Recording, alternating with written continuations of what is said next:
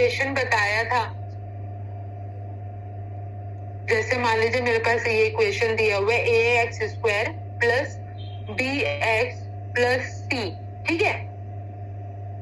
ये एक फॉर्मूला है, पॉलिनोमियल फॉर्मूला है ये, इसकी वैल्यू हमेशा 0 के इक्वल होती है। इसको मान लीजिए डिफरेंशिएट कर रहे हैं हम लोग, है ना। तो मान लीजिए इसको मैं जब डिफरेंशिएट कर रही हूँ तो मैं इसमें डिफरेंशिएशन ऑपरेटर लगा रही हूँ d/dx, और हमारा जो फॉर्मूला है उस पूरे फॉर्मूले में इसको हमको क्या करना है, अप्लाई करना है, ठीक। तो जब हम इसको अप्लाई कर रहे हैं तो क्या हो जाएगा, a कांस्टेंट है तो a हम डिफरेंशिएट नहीं करेंगे, हम जो x का पार्टिकल है यहाँ पर दिख रहा है आप लोग को? जी मैम दिख रहा है, क्लियर है। एक सेकेंड,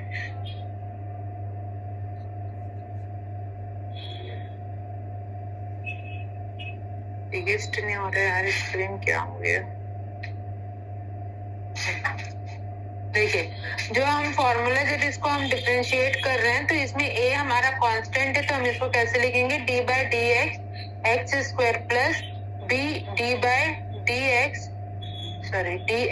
x प्लस, और इसको करेंगे d/dx c, इस तरीके से, ठीक है। ऐसे लिखेंगे। आप लोगों ने अभी किया भी है, आप लोगों ने फॉर्मुलेट किया है ना, तो इसको हम लोगों ने ऐसे ही लिखा है। Yes ma'am. तो देखिए, इसको फॉर्मुलेट करने के बाद जब हम इसको फॉर्मुलेट कर रहे हैं तो यहाँ पर क्या होगा, क्योंकि हमारे पास x का पार्टिकल x² है तो ये हो जाएगा 2x, और ये हो जाएगा आपका b, और ये यहाँ पर कोई x का पार्टिकल दिख रहा है क्या? नहीं, यहाँ पे सिर्फ क्या है, कांस्टेंट वैल्यू c है, तो ये वाला फॉर्मूला अब अप्लाई होगा और ये वैल्यू क्या हो जाएगी, 0। जब भी किसी कांस्टेंट वैल्यू को आपको डिफरेंशिएट करने के लिए बोला जाएगा तो उसकी वैल्यू हमेशा 0 के बराबर होगी, ठीक है।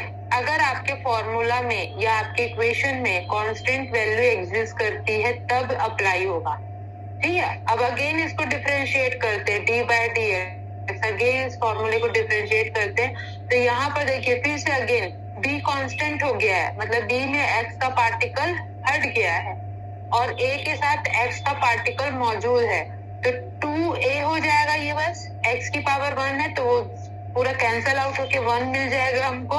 और चूंकि ये b है तो b को हम जब फिर से, यहाँ कोई x का पार्टिकल दिख रहा है क्या? नहीं, अगेन ये कांस्टेंट हो जाएगा तो ये वैल्यू किस में चले जाएगी, 0 में। तो आखिरी में हमको आंसर क्या मिलेगा, सिर्फ 2a, क्योंकि a को हम रिप्लेस नहीं कर पाए हैं। क्यों? क्योंकि अब डिफरेंशिएशन पॉसिबल नहीं है। मैम इसका मतलब जहाँ पे भी कांस्टेंट वैल्यू दी है वहाँ पे यही फॉर्मूला लगेगा।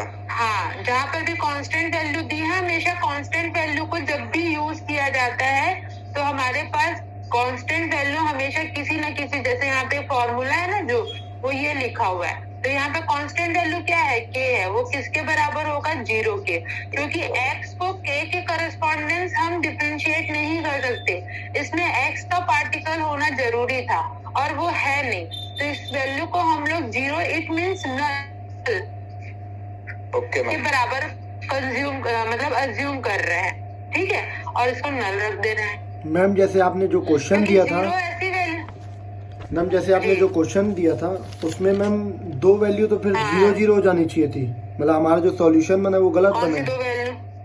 मैम जैसे मैंने बनाया है तो जैसे मैम जैसे मैंने जो क्वेश्चन बनाया था उसमें एक समय में आके जैसे 72 डायरेक्ट वैल्यू आ गई थी और x की वैल्यू नहीं थी, तो मैम वो 72 तो नंबर है ना।